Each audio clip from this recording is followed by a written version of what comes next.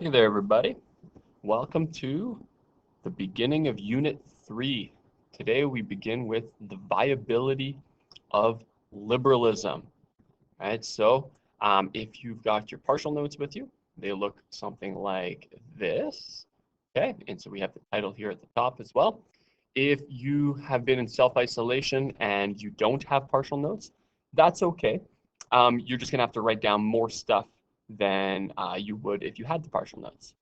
Okay, so you just write down, write down this title and write down the full sentences of, the sentences that I asked you to write down in this video. Okay, so we're getting into the viability of liberalism. Here's some images of different things that we're going to be discussing in this unit. So the unit has a question, has an issue, and the issue is, to what extent are the principles of liberalism viable? Okay. So first of all, what are the principles of liberalism? Well, they are the same as the principles of individualism. They are the principles on the right side of the spectrum.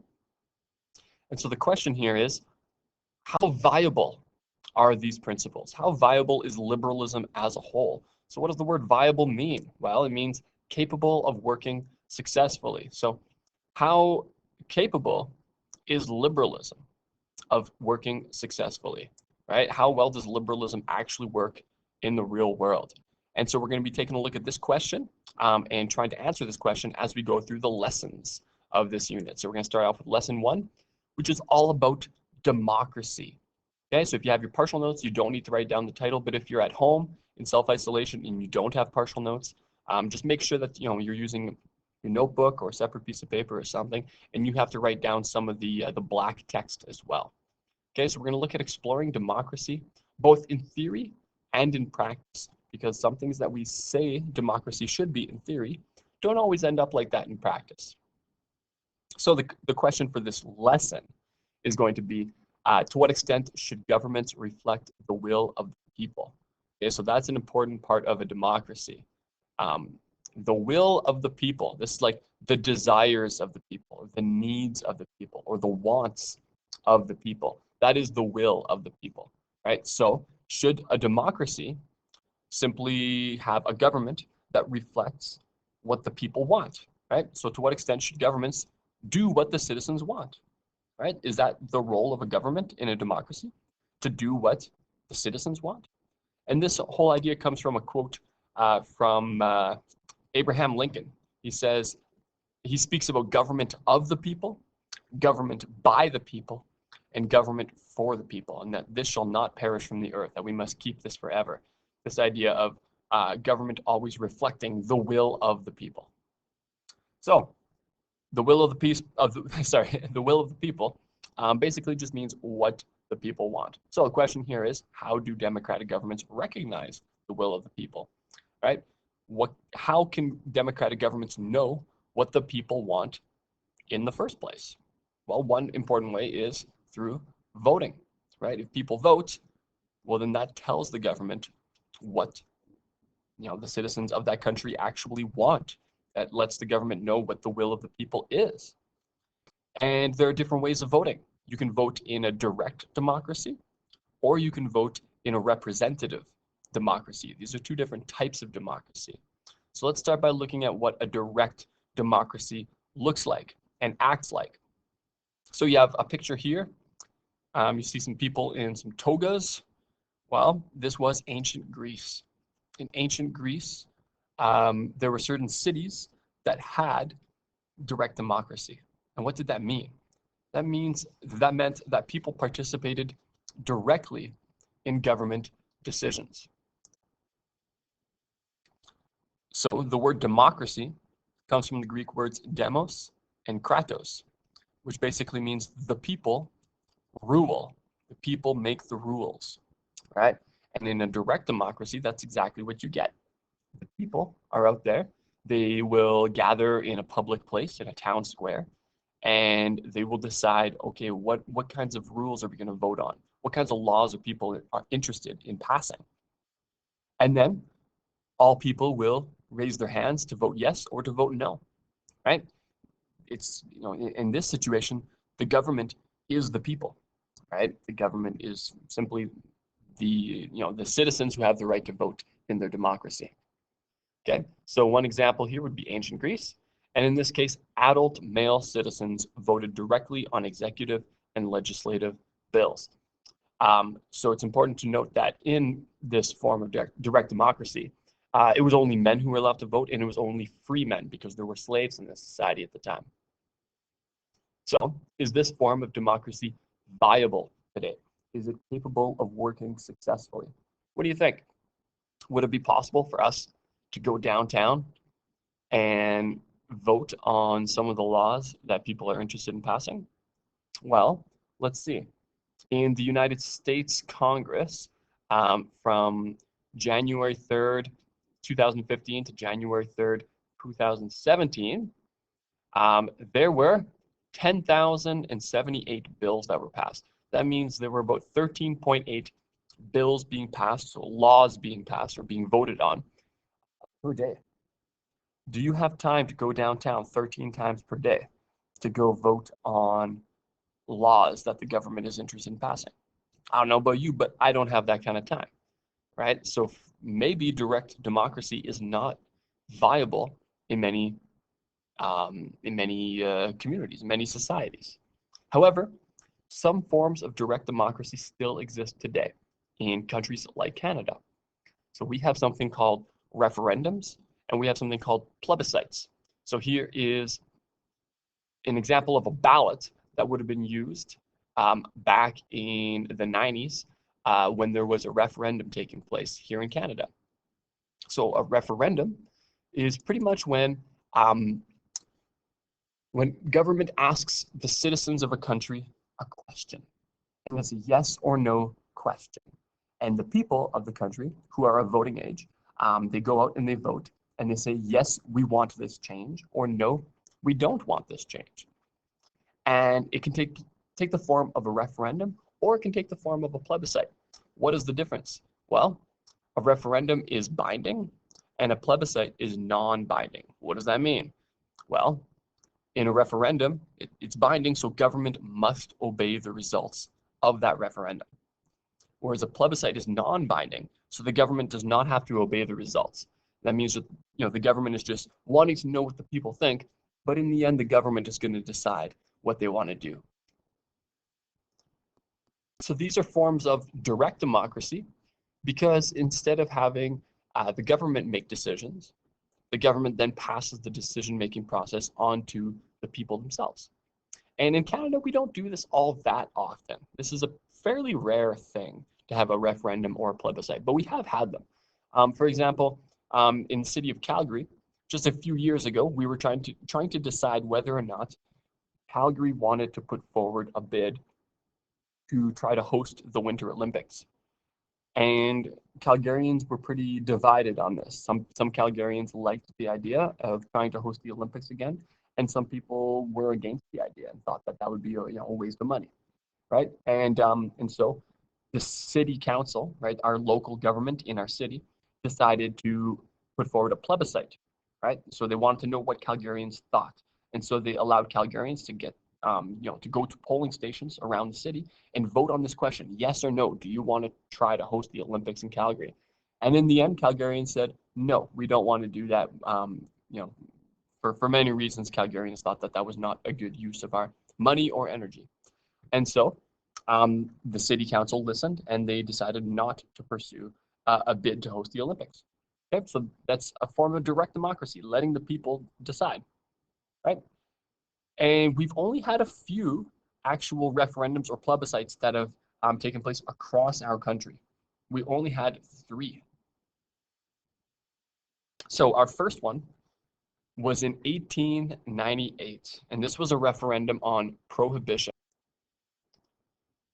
So if we were to have prohibition, that would mean that the purchase and the sale of alcohol would be illegal. We would not be able to buy or sell alcohol. And this was an idea that some people were interested in. Actually, a lot of people were interested in Canada back in the late 1800s. And so the government decided, okay, we need to find out, should we do this or not? Should we ban alcohol or not? And so they held a referendum on this, right? And take a look at the results. Alberta and Saskatchewan voted in favor of prohibition, banning alcohol. BC was in favor of it. Manitoba said, yes, let's ban alcohol. New Brunswick said, yes. Nova Scotia, yes. Ontario, yes. PEI, yes. It was only Quebec. Quebec was the only Canadian province that said, nope, we don't want to ban the sale of alcohol. And in the end, if you take all the Canadians who voted on this and you put them together, Canadians said, yes, we want to ban the sale of alcohol, but the government actually decided not to do it, even though this was a referendum, and that means it should be binding. But it was such a close vote, right? Take a look at this: 51.2, 48.8, and such a small number of people actually showed up to vote. The government didn't feel like there was enough public support for this, and so they didn't ban alcohol after all. The next conscription happened in 1942. And so the next plebiscite, this was a plebiscite on conscription. And so conscription happens when the government pretty much has like a lottery. And if your name is pulled in the lottery, then you are obligated to go and serve in the military. So in 1942, there was a world war that was taking place. Canada was involved in World War II. And so some people believe that we should have a conscription in order to boost the number of people who are serving in the military, right? So that the government should force people to serve in the military. And so they had a plebiscite to find out what Canadians thought. And let's take a look at the results. Albertans said, yes, let's have conscription. BC says yes. Manitoba, yes. New Brunswick, yes. Nova Scotia, yes. Ontario, yes. PEI, yes. Quebec, no. All right, so again, Quebec is on the opposite side of the rest of the country, right? And so in the end, look at the results. They're still in favor of conscription. And so the government did end up enacting conscription and calling upon people in the general Canadian public to go and serve in World War II. Okay, and so there you have it, another sharp divide between French-speaking Canadians and English-speaking Canadians. And then the next one came many years later in 1992, and this was a referendum on what was called the Charlottetown Accord. So in 1992, the Canadian government, they wanted to reform Canada's constitution, right? So they wanted to make some reforms, some changes. The Prime Minister at the time was Brian Mulroney, right? If you're using the partial notes, there's a picture of him. If you want, you can, write down his name. And he wanted to use the terms of an agreement known as the Charlottetown Accord, all right? So in this Charlottetown Accord, it was decided that there would be some changes to the constitution that we are using here in Canada. And those changes consisted of things like the way in which we share power between levels of government, right? So in Canada, we know that we share power between federal, the provincial, and the municipal governments. And so certain levels of government are in charge of different things. The Charlottetown Accord would have made some changes in, which level of government was in charge of what. It also would have recognized Quebec as being a distinct society. So as you saw in these last two, referendums, Quebec is a little bit different than the rest of the country, right? As you guys know, they speak French in Quebec. They have a different history, and in many ways, they feel as if they are a different culture from the rest of Canada. And this also would have brought some reforms to the Senate, some changes to the Senate, and it would have given Aboriginal self-government and representation in Parliament.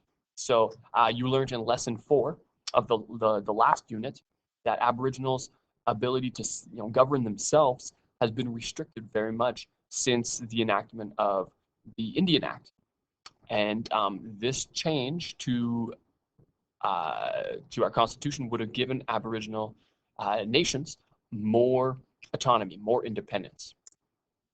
Okay, so how did it turn out? Well, take a look. Alberta said no, BC said no, Manitoba said no, but New Brunswick, Newfoundland, and the Northwest Territories said yes. Nova Scotia says no, Ontario and PEI say yes, and Quebec, Saskatchewan, and Yukon say no. In the end, what do we end up with? 55% of Canadians say no, let's not change the Constitution, and 45 only say yes, we should change it. And so in the end, they don't make the changes. Okay, so those were 3 examples of direct democracy being used in Canada when referendums or plebiscites had been used. Let's take a look at a country that uses direct democracy somewhat frequently, actually pretty often in today's world. And this country is Switzerland. Switzerland's a very small little country in Europe. Here's a picture of people in a community in Switzerland. They're getting together in a town square. It looks a lot kind of like the picture that we saw earlier of the people in ancient Greece, right? And here they are holding up some different colored cards, papers, to show whether they are voting in favor or against something. So 4 times a year, they will have what's called a popular vote, where the people will go and vote. And proposals will be made, right? So if you decide that you want something to happen, if you want a law to be passed, well, you have to try to promote this law and try to get people to sign on to it. And if you can get 100,000 people to sign your proposal, this change that you want to occur in society, then that means automatically that people will have to vote on yes or no on your proposal. Okay, and then they'll have this vote in the public square, and if enough people say yes, well, then your proposal passes. Another example of direct democracy in today's world would be trial by jury. So I'm sure you guys know how a jury works. You can get a letter in the mail telling you, okay, you need to be in court on this day, and you are going to be one of the people who decides if somebody is innocent or guilty of a certain crime. So in this case, regular people, right? Regular people sit in the jury and they decide yes or no, is this person guilty, right? And so that's direct democracy, right? Just regular people are there voting on the fate of a certain person. And so you got an image in your partial notes that shows a difference between direct democracy and representative democracy. So direct democracy is what we've been talking about so far, where the people, they vote on something, and then those things become laws or they become rules in society. But a representative democracy is what we see a lot more of in today's world, where people don't vote on laws directly. Instead, people vote for people, right? So we instead, when we go to vote, for the most part, when we're voting, for a person to go. This person is an elected representative to go and pass laws for us. This person will then go to a legislative assembly, and they will vote on our behalf on different laws. Okay, so in a representative democracy, citizens elect representatives. Okay, so if you look at this map of Canada, we have 338 different electoral districts. So you can see the map is divided into 338 little sections, little areas where people live. And each of these little electoral districts is going to choose one person. And that one person is going to go to Parliament and represent that district. And that person will become a member of Parliament, and that person will go vote on laws on behalf of the citizens who elected them. Okay, so citizens elect representatives, make decisions on their behalf. Okay, so if you're using the partial notes, you can look at the map and you can write down 338 electoral districts. Right, these are sometimes called ridings. These are sometimes called constituencies, but they're just little regions in the country, and they're supposed to have about the same number of people in each region. Okay, and so each electoral district will choose one person to become a member of Parliament. They will go to Ottawa, and they will represent the people of their constituency, the people of their electoral district. And here is Ottawa. So that's our capital city, right? And so people will travel from across the country to go there, and they will go to the Parliament building, and members of Parliament will vote on our behalf. And as you're going to learn soon here, there are 2 different chambers in our Parliament. The people who we elect, they go to the chamber called the House of Commons.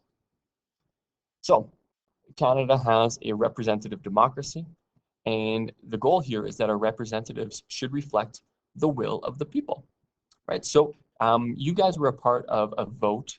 You guys were a part of an election What was that, last year? Yeah, that was last year.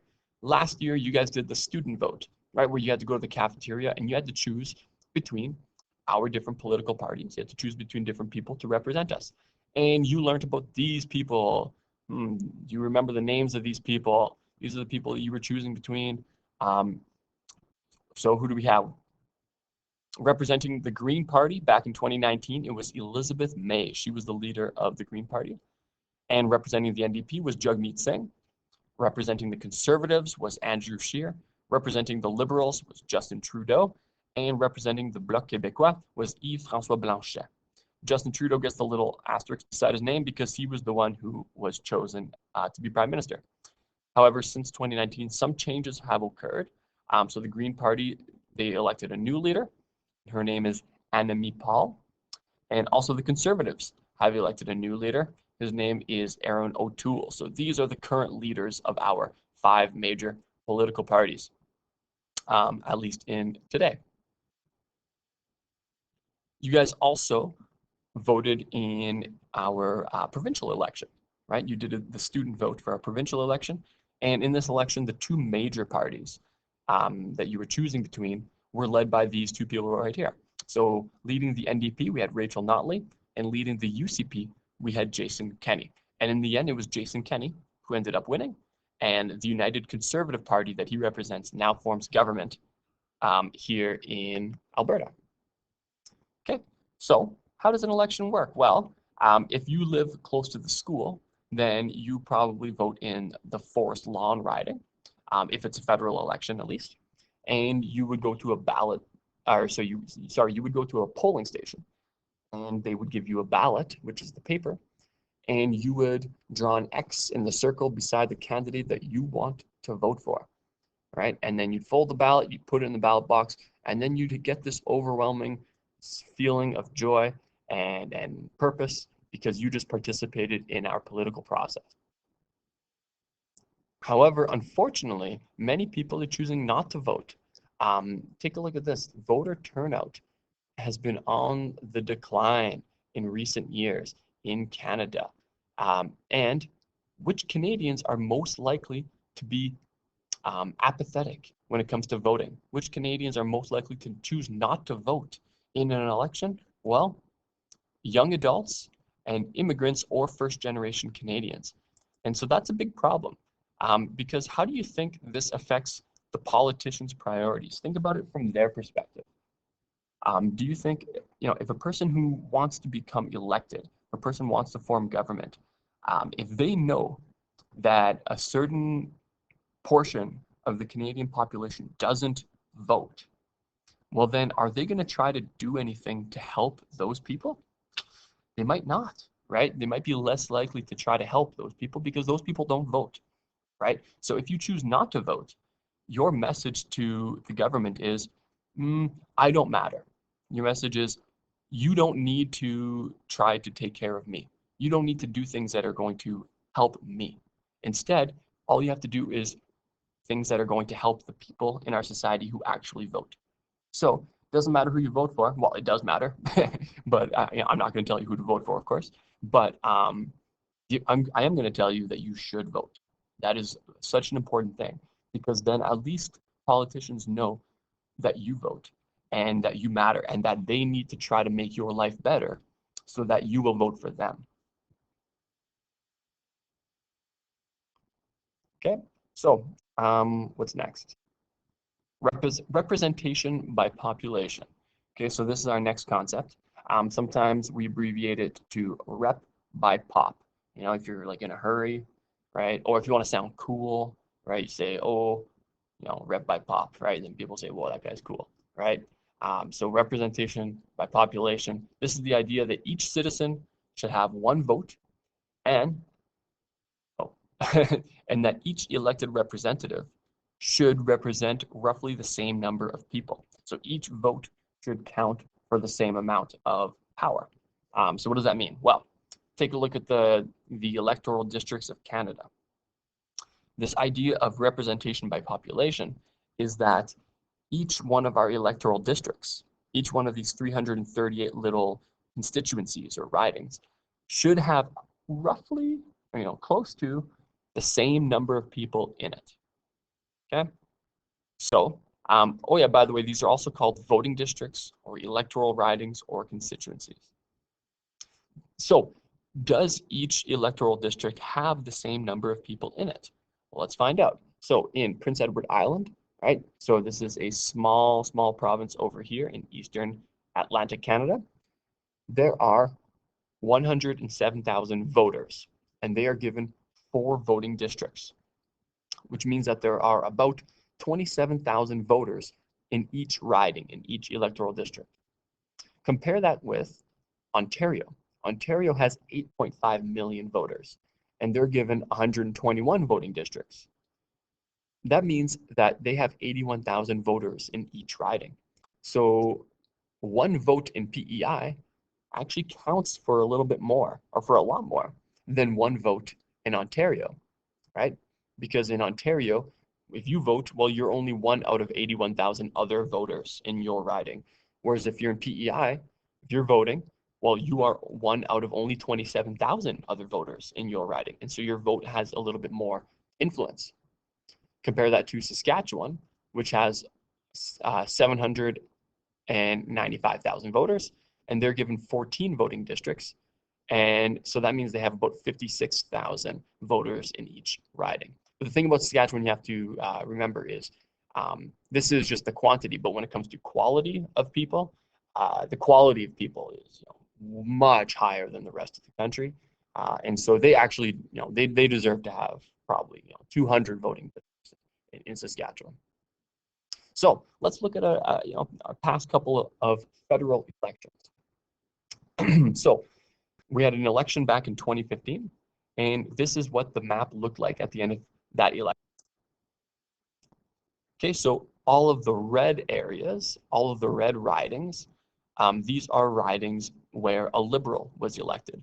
All of the blue ridings, these are ridings where Conservatives were elected. And then all of the orange ridings are the ridings where NDP were elected.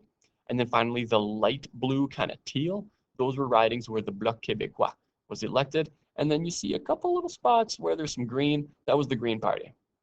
Okay, so in Parliament, this is what it actually looked like. So on one side of Parliament, one side of the House of Commons, are all of the seats that were occupied by Liberals, and then they spilled over onto the other side as well. And then blue, we have the Conservatives, orange, NDP, and then the light blue, that would be Bloc Québécois. And then there was Elizabeth May, the leader of the Green Party. Later on, she ended up getting a second person elected as well. So the majority of seats were held by Liberals, and for that reason, they formed what we call a majority government, which means that in Parliament, in the House of Commons, if all of the Liberals voted yes on a particular bill, well, then that bill would be passed because a majority of MPs, a majority of the members of Parliament, voted in favor of it. But then in 2019, things changed. The Liberals still got the most seats in our Parliament. However, they did not form a majority, right? So in Canada, you need 170 seats in order to form a majority government, but they only received 157 seats. So Canada decided to vote a little bit more for some other parties. And so that means they formed what's called a minority government. So this is what it looks like today in our Parliament. And so if the Liberals decide that they want to pass a law, they need to get one of these other parties to support them, to help them out. They need to convince one of these other parties to vote for that law too, right? And then that allows them to have a majority of votes in the Parliament, and then they can pass that law. So different democracies use different electoral systems. So different democracies will have different ways of choosing their governments. And so let's take a look. These are different ways of choosing a government. And so 2 different electoral systems we're going to look at in this lesson are first past the post and proportional representation. So if you're using the partial notes, you can take a look at this right here, this chart here. So on the left side, you can put first past the post, and on the right side, you can put proportional representation. So in Canada, which system do we use? We use first past the post. That is Canada's system. So let's talk about first past the post. All of the information about first past the post can be written on this side of the chart. Okay, so first past the post comes from this idea that horse racers, when they're racing, they have to cross this post on the finish line first, and whoever crosses that finish line first wins, which is, in my opinion, a really confusing way to describe our system because it doesn't actually really make sense to me. So forget that. Don't worry about the horse, erase that from your memory. First past the post basically means that the candidate with most votes in one electoral riding wins the seat in Parliament. Okay, and then that MP ends up representing the people who live in that riding. Okay, so take a look at this electoral district. The electoral district of Caribou Prince George. This is in British Columbia. When we had a federal election, there was a Conservative, an NDP, a Liberal, and a Green. Each of them wanted to become the member of Parliament representing that electoral district. So take a look at how much of the vote each candidate received. The Conservative received 36.6% of the votes. The NDP candidate received 25.8% of the votes. The Liberal candidate received 31.5%, and the Green candidate received 3.5%. So who ended up winning this seat? It was the Conservative. But take a look at the numbers. The Conservative is now going to represent this entire district. However, about 63% of the people in this district voted against the Conservative candidate, right? Most people wanted somebody else, and only a small number of people actually wanted this candidate, right? And for that reason, there's a difference between our popular vote and the seats that are given the different parties in Parliament. So the popular vote, this is the breakdown of the percentage of people who voted for each political party. So this is for 2015. In 2015, 39.5% of Canadians voted for the Liberal Party. However, the Liberals ended up receiving 54% of the seats in Parliament, and they formed a majority government, even though less than 40% of people actually voted for them. And more than 60% of people voted against the Liberals for other parties, right? So that's a pretty big difference, right? So that means that we end up with a government that is not 100% what we voted for, right? And then if you take a look at the results of the 2019 election, you see an important thing that happened here. The Liberals received 157 seats, and the Conservatives received 121 seats. So that means the Liberals ended up forming government. But take a look at the vote share. Across our country, 33.1% of people voted for the Liberals, but 34.4% of people voted for the Conservatives. So in the end, Conservatives actually received more votes in our last election, but they received fewer seats. And the reason for that is because Conservatives won most of their seats in Western Canada, in the prairies. And in a lot of those seats, they were winning, 70, 80% of the popular vote in each of those ridings. And so they didn't really distribute their votes across the country in the same way that the Liberals did. And so the Liberals were able to win more seats with fewer votes because they won more ridings. And so if we were using a system called proportional representation, then the Liberals would have only won 111 seats instead of 157. The Conservatives would have won 116 seats, and then they would have formed a minority government instead of the 121.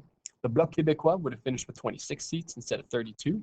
Look at the NDP. Look at that difference. Instead of only receiving 24 seats, they would have actually won 54 seats. And here's the biggest difference. Look at the Green Party. Green Party only received 3 seats, but they actually would have received 22 seats if the number of seats that they received was actually proportional to the number of votes they received. Okay, and then the independent, well, that's confusing. All right, so question here, does first past the post allow the government to reflect the will of the people? Well, first past the post is part of our British history of Canada. So if you look at countries of the world that use our system, that use first past the post, they are, for the most part, countries that used to be part of the British Empire, right? So Canada uses it, the United States uses it, a few Caribbean islands use it as well. If you look at Africa, the parts of Africa that used to be part of the British Empire use it. You know, parts of South Asia that used to be British as well, they use first past the post, and of course Britain does as well. So not everybody likes this system. In fact, in 2015, when the Liberals formed government, they campaigned on the idea of getting rid of first past the post. They said that the 2015 election is going to be the last federal election in which we use first past the post. And then they were elected and they changed their mind and they did not get rid of first past the post, and we're still using it today. I'm going to get you to watch a video. This video has the opinion that first past the post is not a good system. Okay, so you can either go back to D2L and you can click on the link to the video called The Problems with First Past the Post, or you can just pause the video that you're watching right now and just go to the next one in my playlist, which is the problems with first past the post. Okay, so go ahead and pause my video now. Welcome back. I hope you learned a couple things from that video. Okay, moving on. Let's learn about proportional representation. Okay, so this is a system that's used in many European countries, and this is where voters, they vote for a party. They don't vote for a candidate. They don't vote for a person. Instead, they vote for a party. So if we were using this system in Canada, we would vote between the different political parties instead of voting for the name of a person who's going to represent you in your electoral district. And so parties are given a number of seats in Parliament based on the number of votes they received. Okay, so if this is the Parliament, well, the Purple Party would receive the number of seats that reflects the percentage of people who voted for them. Same with the Greens and the Reds and the Yellows and the Black parties and all. Each of these parties would receive just the number of votes that they should, the number of seats that they should have based on the votes that were given to them. So the question is, does this system more accurately reflect the will of the people? That's up for you to decide, right? Not everybody likes the idea of proportional representation, though, because this often creates minority governments, right? So in these last two federal elections that we had in Canada, if we were using proportional representation instead of first past the post, in both cases, we would have ended up with a minority government. And some people think minority governments are actually pretty good, but others think that they're not so good, right? It really depends who you ask. But in a minority government, what needs to happen is parties need to cooperate and they need to collaborate and they need to form alliances in Parliament. And so here, the party that received the most seats would be the Purple Party, but they don't have a majority of seats. And so the Purple Party would have to choose another party to support them when they're passing laws. So they'd have to collaborate with the other parties and talk to them and try to come up with ways to get their support. So they have to do things to make them happy. And so that means maybe citizens would vote for the party that they actually want to represent them instead of voting for the party who they think has a chance of winning. Okay, and this also leads to the creation of coalition governments. So here's another way of making decisions in a democratic country. Consensus decision making. So consensus decision making happens when all people come to an agreement. They can all agree on the same thing. So this is when a group of individuals works together to find a resolution that all members can accept. And an example of that we see in Canada is called sentencing circles. So if someone is found guilty of a crime, in some cases in Canada, sometimes we use a sentencing circle to decide what that person's punishment is going to be. And so sitting in this circle, we will have the prosecutor, the judge, the defense counsel, the victim of the crime, or representatives of the victim. And they'll sit together and they'll decide, okay, what kind of punishment is acceptable. And the goal of the sentencing circle is to have the person who committed the crime actually be present as well, to understand the pain that they caused, and to try to begin a process of healing for all the people who are involved in this. And it originated in some Aboriginal cultures in what is now Canada, and it's still used today in some Aboriginal communities, but also in some non-Aboriginal communities here in Canada today. So does Canada's government reflect liberal values? That's what we're going to be looking at for the rest of this lesson. Okay, so if you're using the partial notes, there we go, this is the one. If you're using the partial notes, then you have this diagram in your notes right here. And so I'm going to get you to try to fill that out. If you don't have the partial notes at home, then maybe just pause this video and copy down this diagram in your notes. And we're going to take a look at Canada's political system on a federal level. By the way, the word federal means national, right? Federal has to do with our entire country. Okay, so I'm going to give you the three branches, right? We have the legislative branch, the executive branch, and the judicial branch.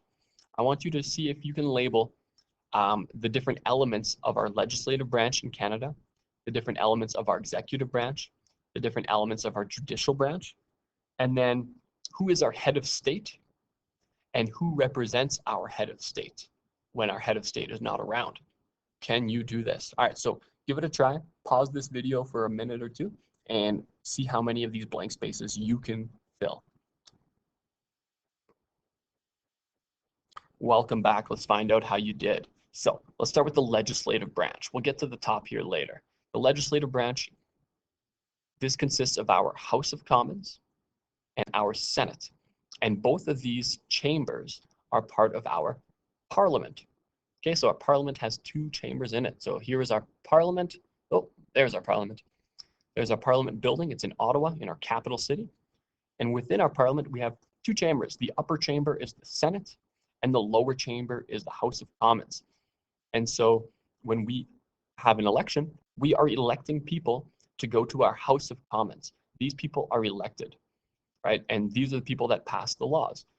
However, after they try to pass the law, those laws go to our upper chamber in our Parliament called the Senate, and the Senate is not elected. These people are chosen by the Prime Minister to, well, we'll take a look at what the Senate does in a couple minutes. So both of these are part of the Parliament, and their role is to pass laws. They create the rules that everybody in our country has to follow. Okay, moving on to the executive branch. Who is the head of our executive branch, and who else is part of the executive branch? Well, we have our Prime Minister, right? So right now our Prime Minister is Justin Trudeau, and he gets to choose his cabinet. He gets to choose people to be members of his cabinet. So here is a picture of our Prime Minister, Justin Trudeau, and these people are all members of his cabinet. So they are ministers. Ministers of different important things in Canada, like Minister of Finance, Minister of Defense, Minister of the Environment and Climate Change, right? So we have all these different ministries, and they play important roles. Arguably, these are probably the most powerful people in our country when it comes to political power, at least. Okay, so the executive branch, they actually carry out the laws that are passed, and they enforce those laws. But funny thing about Canada, and we're going to talk about this in a minute, is our executive branch, the Prime Minister and the Cabinet, they are also part of the legislative branch. And so these two are actually kind of fused together in some ways. Okay, we'll talk about that in a few minutes. And then thirdly, we have our judicial branch, right? And that includes our Supreme Court and our federal courts. So we have a number of different federal courts in our country, and the highest one is called the Supreme Court. And so when our legislative branch passes laws, the judicial branch will read those laws and make sure that they fit with our Constitution. So they will ensure that laws are constitutional. Okay, they will make sure that they all fit with the Constitution. Okay, so these are our three branches of government. And then at the top of all of this, we have the British monarch. That is our head of state in Canada. Who is the British monarch today? Queen Elizabeth II. She's been the British monarch for a very long time, and I'm starting to think she might just be the queen, maybe just forever. You know, 'cause I think she's just going to live forever. At least that's my theory. I'm not too sure if that's true. All right, so she is our actual head of state in Canada, but she's not around all the time, right? So sometimes she's out in Britain, you know, doing British stuff. And so when she's not here, which is almost all the time, then we have our Governor General who represents our Queen. And our Governor General, um, you know, if ever a law is passed in Canada, our Governor General must sign off on that law. The Governor General must agree with the law and actually pass it into law. So let's talk about our Governor General for a minute here. So some parts of our government are part of our less democratic past. So the fact that we have a queen, the fact that we have a governor general is maybe not the most democratic thing, right? Because did we vote for our queen? Of course not. Did we vote for our governor general? Also, no. Right, so let's talk about our governor general. And in each Canadian province, we also have a lieutenant governor who represents the queen in each province. So the GG's job, the Governor General's job, is to represent the Queen in Canada, right? So she gives royal assent to all the bills that are passed by the Parliament, and then that makes the bills actually become laws. And she does other things, like represent all Canadians and support our sovereignty, right? So technically, our Governor General is the Commander-in-Chief of the Canadian Armed Forces. And the Governor General plays an important role. Like if if an important person is coming to our country for a visit, well, the Governor General will go and meet that person and say, "Hi, I'm the representative of the Queen, and welcome to our country." And so this woman here was our Governor General for many years. Her name is Michaëlle Jean, and she was Governor General from 2005 until 2010. Okay. Another role of the Governor General is to celebrate excellence, right? So they give away some important honors, some important awards. Probably the biggest, most important one that we have in Canada is the Order of Canada, right? So if you're just an awesome person, and you do a lot of good stuff, well then maybe the Governor General will give you an award, right? So for example, this was David Johnston. He was our Governor General from 2010 until 2017, and here he is giving an award to some important Canadians who did some outstanding work. Okay. Another part of their job is to bring Canadians together, right? Their role is to promote some national unity, to go out and speak to Canadians, find out what they're concerned about. Who is our Governor General today? Do you guys know? Do you know who this is? It is Julie Payette. So even before she was Governor General, she was a big deal. She is a big-time scientist, an astronaut, as you can tell from this picture, right? She has been to the International Space Station twice. She was the first female Canadian to go and be up in the International Space Station. And she was chosen by our Prime Minister to be our Governor General. Okay. So do you think this is an important job? Do you think we should keep this job? Because in reality, who actually makes the decisions? Not the Governor General, right? The Governor General pretty much always just signs into law all of the bills that are passed by our Parliament, right? So it's really the people who are members of Parliament who make all the decisions, and then our Governor General, just puts her signature on it, and then that's it, right? So there's definitely some criticisms of this role, all right? The fact that the Governor General is chosen by our Prime Minister and then appointed by the Queen means that the Governor General is not elected, right? Also, this role of Governor General costs us a lot of money. For example, this woman was Governor General of Canada years ago. Her name is Adrienne Clarkson.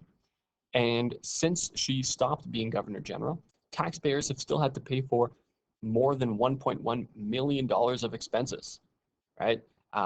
So we also pay for a very expensive pension for our Governor Generals, right? They only serve 5 years, but then after that, they get like a pretty big pension for a long time.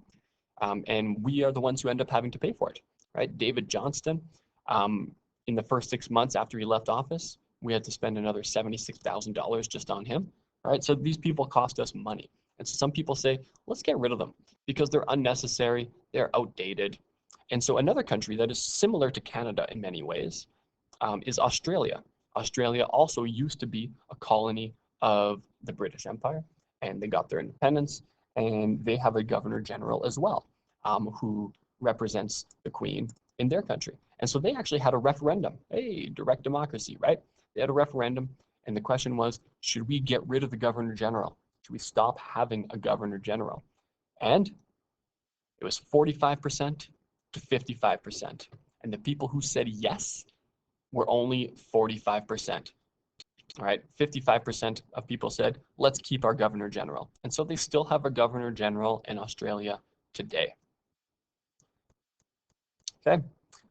Another part of our less democratic past as Canadians is the role of the Senate. Right, so the Senate is the upper chamber of our parliament, right? So we have the House of Commons down here. They're actually elected by voters. And then the Senate, they are appointed by the Prime Minister, right? So the Prime Minister chooses these people to be in the Senate, right? So what is the role of the Senate? Well, it's to represent regional and minority interests in Canada.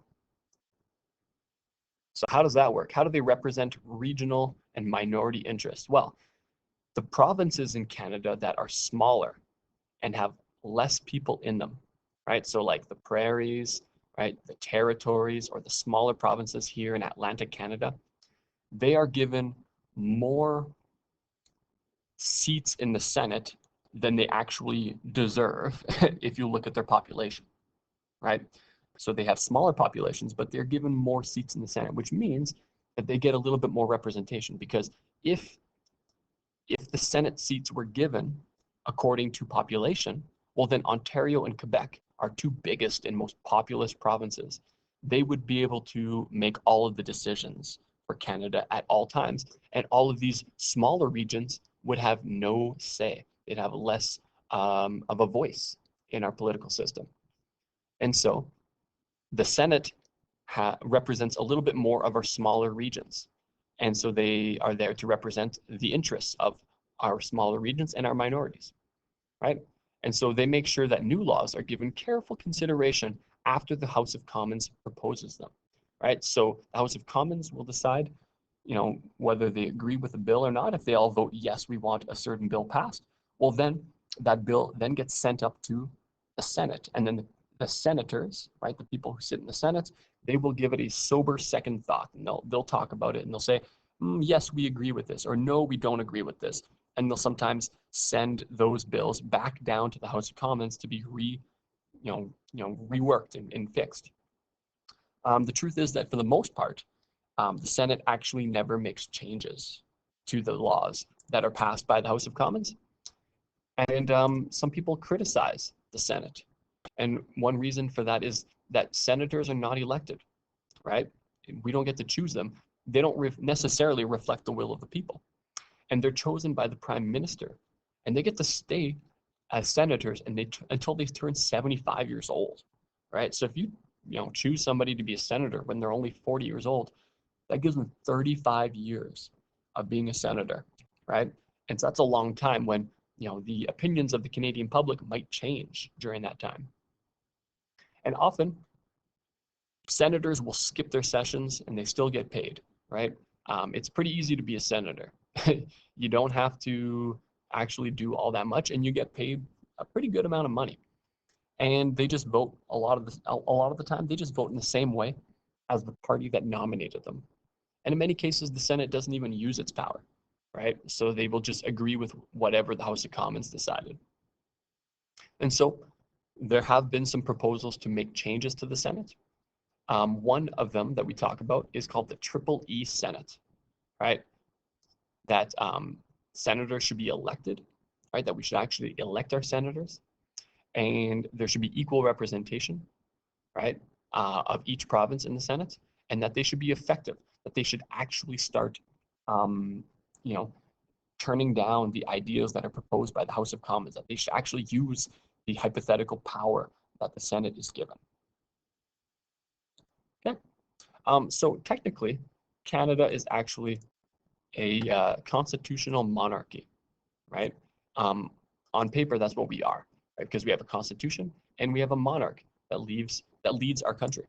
And so, for that reason, we have Governor General that represents the Queen in our country, and each province also has what's called a lieutenant governor, right? So here is our lieutenant governor in Alberta. She represents the Queen in Alberta, and her name is Salma Lakani. All right, now we also talked about the role of the Senate, right, which is not so democratic, right, because these people are not elected. The third one is political parties, right? In some ways, political parties are, part of our less democratic past. So we have something in Canada called party solidarity. And that means that all members of parliament are usually expected to vote in parliament according to the party's policy. Otherwise, a member of parliament could get kicked out of the party, right? So if let's say the Liberals are trying to propose a bill and they want this bill to become law, well, they will tell the members of their political party that you have to vote in favor of this bill if you want to remain in power. But maybe not everybody in the party actually supports the bill. Maybe some people think that the bill is a bad idea, right? But if they vote against it, they can get kicked out of the party, and then they pretty much lose a lot of power if they're not part of the political party. And there's even a person called the party whip, right? And so they will go around and they will make sure that everybody is actually voting in favor of the bills that the party proposed, right? And so usually, for the most part, the people in the parliament who are proposing the laws are either the prime minister or the prime minister's cabinet, right? The important ministers. And those people, in many ways, have more power than other members of the party. This is something that we call executive overreach, right? Where our executive branch of government is also, in many ways controlling the legislative branch of government. And that's just a function of Canadian democracy. That's just the way we designed it. And some people think this is good, and some people think this is bad. And it depends what you think about it, right? So in Canada, we have a prime minister, and then the prime minister's cabinet. So here is the prime minister speaking in the House of Commons, right? He looks like he's pretty upset about something. And behind him are members of his political party. The people who are close to him in the front, they are usually the ministers, the members of his cabinet. Like here's maybe the most important minister in Canada. She's the deputy prime minister and also the minister of finance. And her name's Chrystia Freeland, right?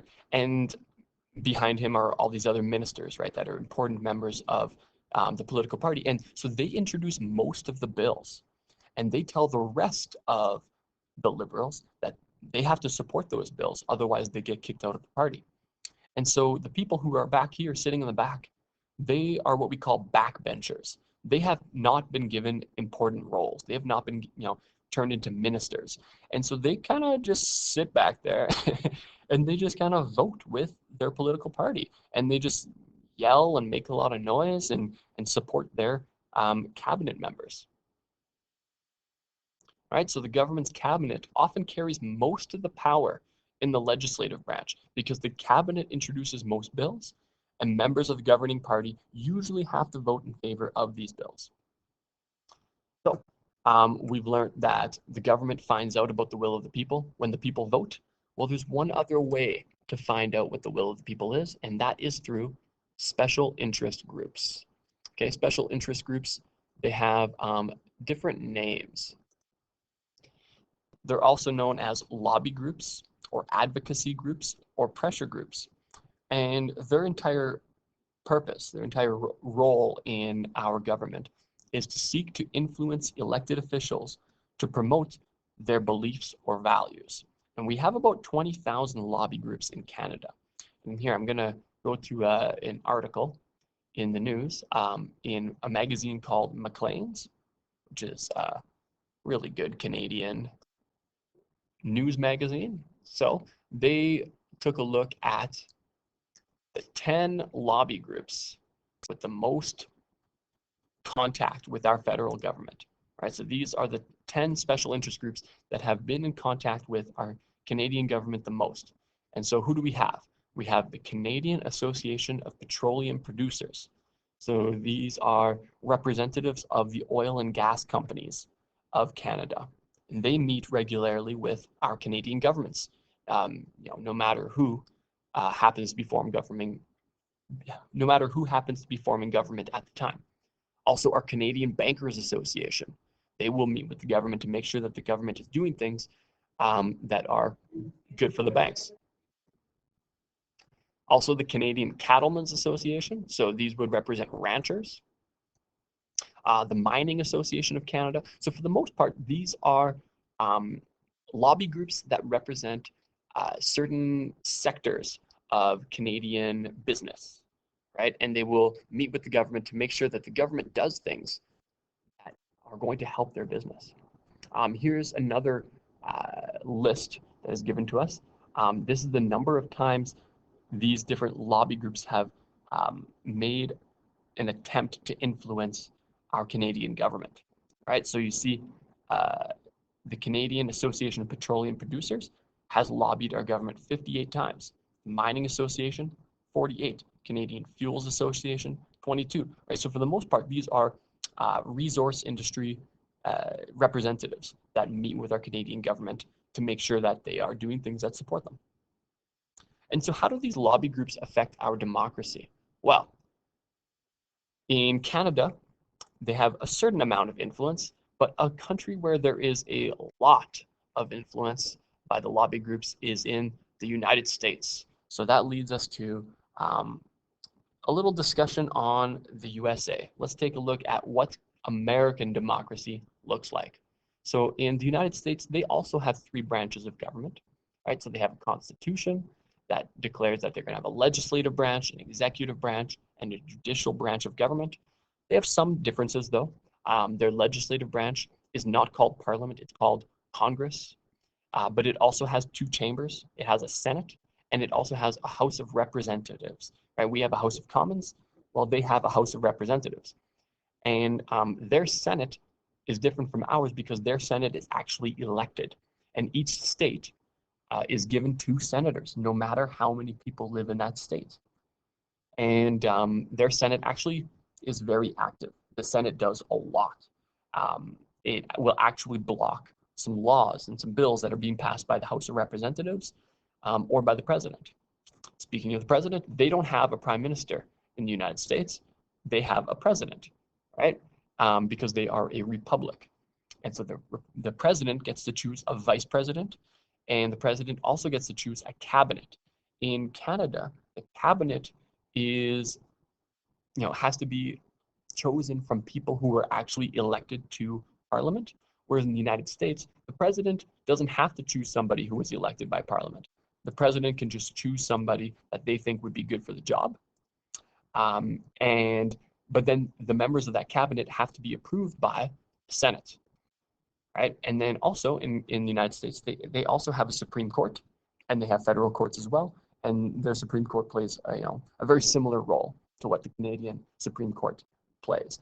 Now, in the United States, they have more checks and balances than we do here in Canada. It could be argued that the Canadian Prime Minister actually has a lot more power in Canada than the American president does in the United States. And the reason for that is that the president, if they want to get something done, right, if they want to pass a law, usually they have to have that law passed through Congress. It has to go through the House of Representatives and through the Senate, which sometimes is difficult because often the Congress is controlled by the opposing political party.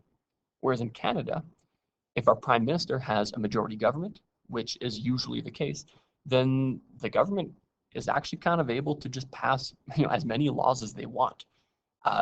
It's pretty rare that they're going to be stopped, right? So there are more checks and balances. In the United States, they have different types of elections. So in Canada, we have our federal elections in which we choose our members of parliament. Well, in the United States, they have presidential elections every 4 years, and they have congressional elections every 2 years.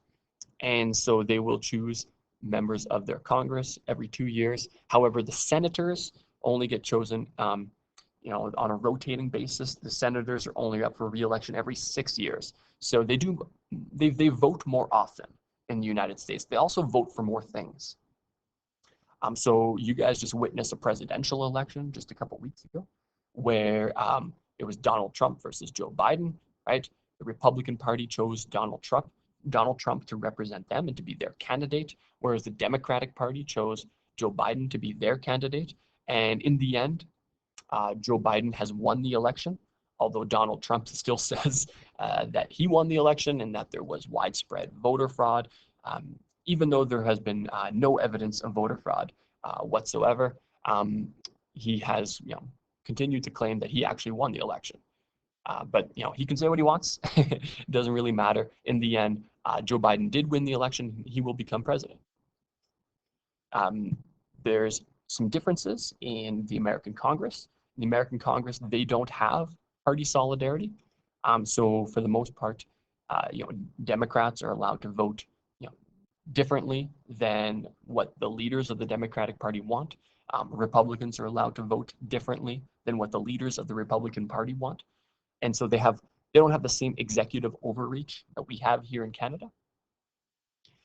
And they have far more influence of interest groups and lobbyists in the United States. So in the United States, money is, it plays a much bigger role in their political system. So I'm going to show you guys a video here, or I guess you're going to click on a video. And there's a few terms that I want you to know before you go into the video. It refers to a civics class, right? So civics class in the United States, sometimes that's what they call a social studies class. It talks about expenditures, right? Those are costs. Those are things that a government spends money on. And then it also talks about media buys. That's where politicians will pay money so that they can appear on TV or on the radio or in the newspaper. Okay, so go ahead and either go back to D2L and click on the link for the new system, or just go to the video within this playlist, which is called The New System, Money and Influence in American Politics. Okay, so go ahead and watch that video now. Okay, welcome back. I hope you learned a couple things from the video. Let's talk about this a little bit more. So it seems that usually, not every time, but usually, spending a lot of money is crucial to winning an election campaign in the United States. All right, so in the United States, they spend hundreds of times more money in elections than we do here in Canada. And so candidates, an important part of their role is actually to raise funds, to get money to use for their campaign. And so most of this money, for the most part, comes from a small number of rich people or a small number of corporations. Yeah, so corporations in Canada are not allowed to donate money to politicians, but in the United States, they are allowed. Right? In the United States, they also have something called political action committees, or the really big ones are called super political action committees. So they're called PACs or super PACs. And we're starting to see a little bit more of that here in Canada, especially in Alberta. And so there was an important Supreme Court ruling, I don't know, when was that, 10, 15 years ago, called Citizens United. And basically this Supreme Court ruling declared that money equals speech, right? So if you donate money to a political campaign, that's like expressing your own freedom of speech, right? And so if you have more money, well, then that kind of means that you have more speech because you're able to influence democracy more than others if you have more money, right? And it also allowed for corporations. It said that corporations essentially are people in the eyes of the American Supreme Court. And so corporations are allowed to donate money to these political action committees. And these political action committees will then, they will create, they pretty much do campaigning on behalf of politicians. And so in the United States and also to a certain degree in Canada, money talks and politicians listen, right? So who is a politician going to want to help, right? Well, often in many cases, they're going to want to help the person who helped them form government in the first place, right? They might do things to support the people who gave them money so that they can become prime minister or become president in the first place, right? And if you take a look at these PACs and super PACs, there's information to suggest that 94% of all of these donations only came from 1,082 people, right? So take a look at this pie chart here. The blue section, this is the amount of money that was donated by about 1,000 people. And then this small sliver here, those are the donations from the rest of the country, right? So when somebody gets this kind of help from such a small number of people, you might kind of believe that that person might end up in the end helping the people who donated to their campaign, right? And so who donates this money? Much of it comes from corporations, big multinational corporations, such as the corn syrup, lobbyists, big oil, pharmacy companies, the NRA, which is the National Rifle Association, and these industries, they tend to receive a lot of financial help through subsidies or through deregulation, right? Where the government allows them to run business how they want, right? And so a lot of people believe that it's unfair that this small number of people get to have more influence than the rest of the country. Okay, so how many special interest groups are there in the United States? There are about 100,000, and they spend about $9 billion per year on influencing their political system. Okay, so anyway, I'm sorry to leave you on a sad note, but that is the end of the lesson. So I hope you learned a few things, and I hope you have a great day. See you later.